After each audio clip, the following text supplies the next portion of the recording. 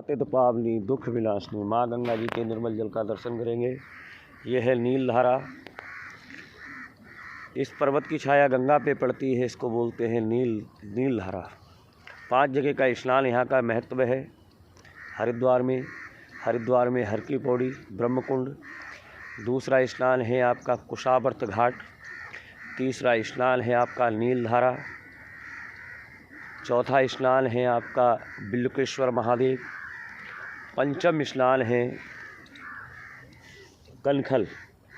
5वां जो स्नान है वो कनखल का है। तो इसमें ये श्रीमद् भागवत का भी मंत्र है, भागवत में भी इसका उल्लेख आता है।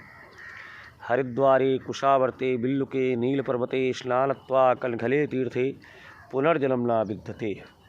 पुनर्जन्म तक के पापों को मोक्ष हो जाता है 5 स्नान करने से यहाँ पे। और ये स्नान एक ही दिवस में और उन्हीं एक ही वस्त्र में स्नान होता है, ये कनखल का भी। और ये सामने में जो पर्वत है ये नील पर्वत है। इस पर्वत पे माँ चंडी, माँ अंजनी हनुमान जी की माता जी इस पे विराजमान हैं।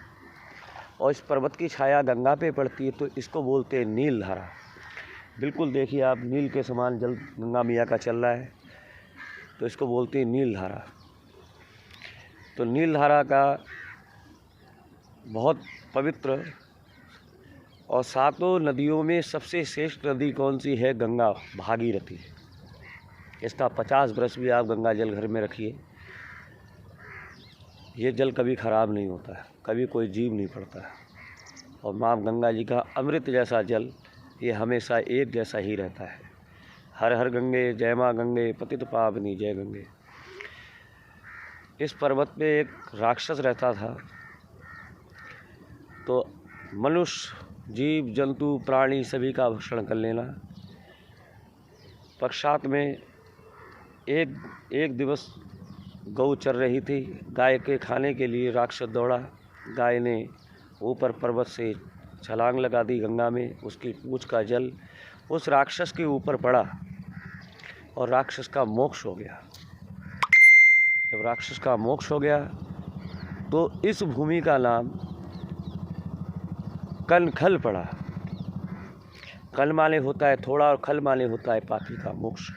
कण मात्र जल लगने से उस पापी को मोक्ष की प्राप्ति हुई। और ये भगवान भोलेनाथ का कनखल ससुराल है। यहाँ पे राजा दक्ष ने यज्ञ किया, सभी देवी देवताओं को बुलाया, बेटी दामाद को नहीं बुलाया।